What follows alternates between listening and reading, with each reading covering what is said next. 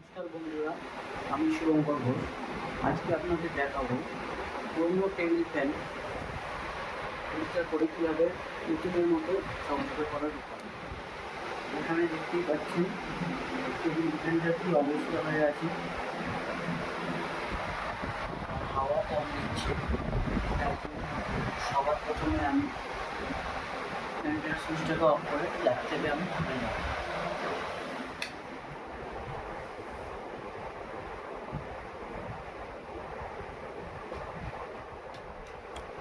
নিয়ে নিচ্ছি কটা জিনিস: স্ক্রুড্রাইভার, ব্রাশ, সাবান, সামান্য কিছুটা জল, একটা সুতির নরম কাপড়।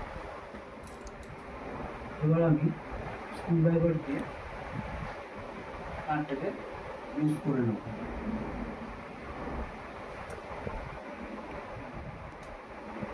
সেটা খুলে নিলাম। এরপর আমি এটা খুলে নেব।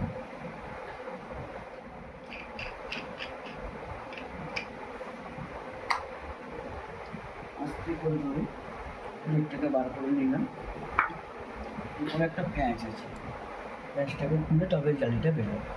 প্যাঁচটাকেও খুলে নেব।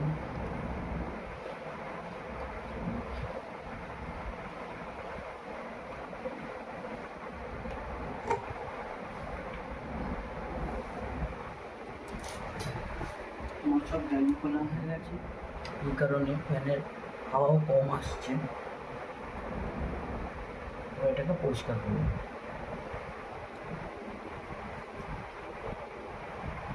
গ্লাসটাকে জলে ভিজিয়ে নিয়ে সাবানের সাথে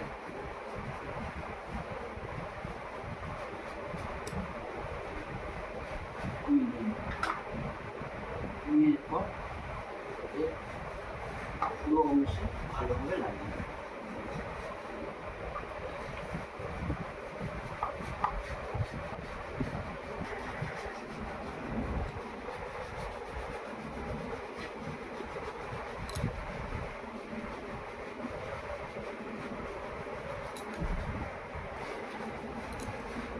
আগের একটা জালি এরকম ঠিক একই রকমভাবে সাবান দিয়ে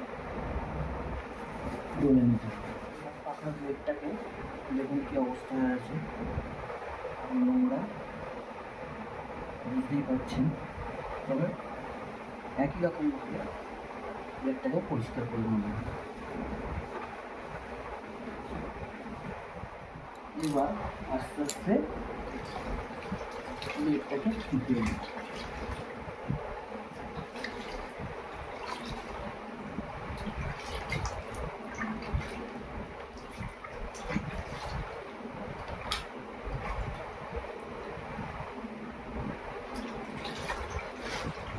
ডালিগুলো একে একে দিয়ে নেব।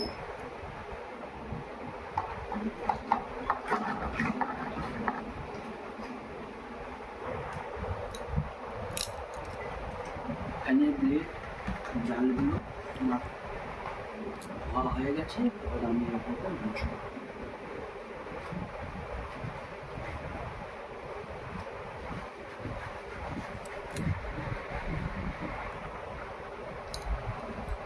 আমার মোটামুটি মোছা হয়ে গেছে, কিন্তু আপনাদের লক্ষ্য রাখতে হবে জল না লেগে থাকে। দেখুন এই ভিতরে কিছুটা ময়লা জমে আছে, সেটা আমি এই ব্রাশের দ্বারা পরিষ্কার করে নেব।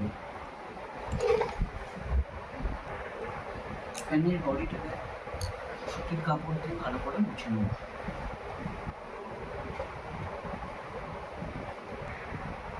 এরপর আস্তে আস্তে শুকিয়ে নিলাম। এরপরে আমি জালগুলোকে ফিটিং করে নেব।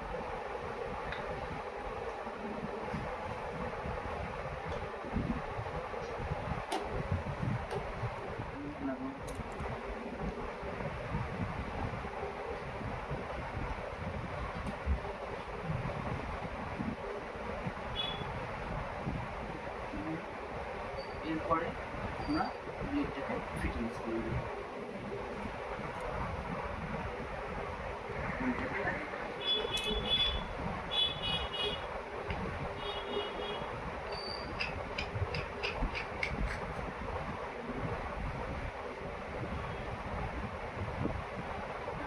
আছে।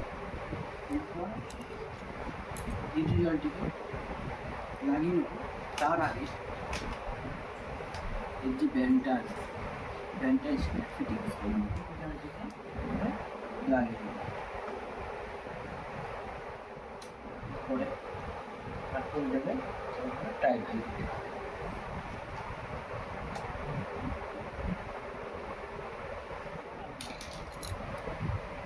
চালিয়ে দেখবো ফ্যানটা ঠিকঠাক চলছে কিনা।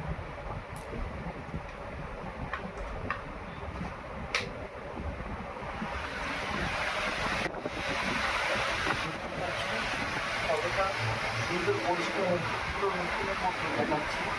আর ফ্যানের স্পিডটাও অনেকটাই বেড়ে গেছে, এবং নতুন অবস্থায় যেরকম কেনা হয়েছিল সেরকম হাওয়া যাচ্ছে। যদি ভালো লাগলে লাইক করবেন, শেয়ার করতে ভুলবেন না। নমস্কার, দেখা হবে পরের ভিডিও।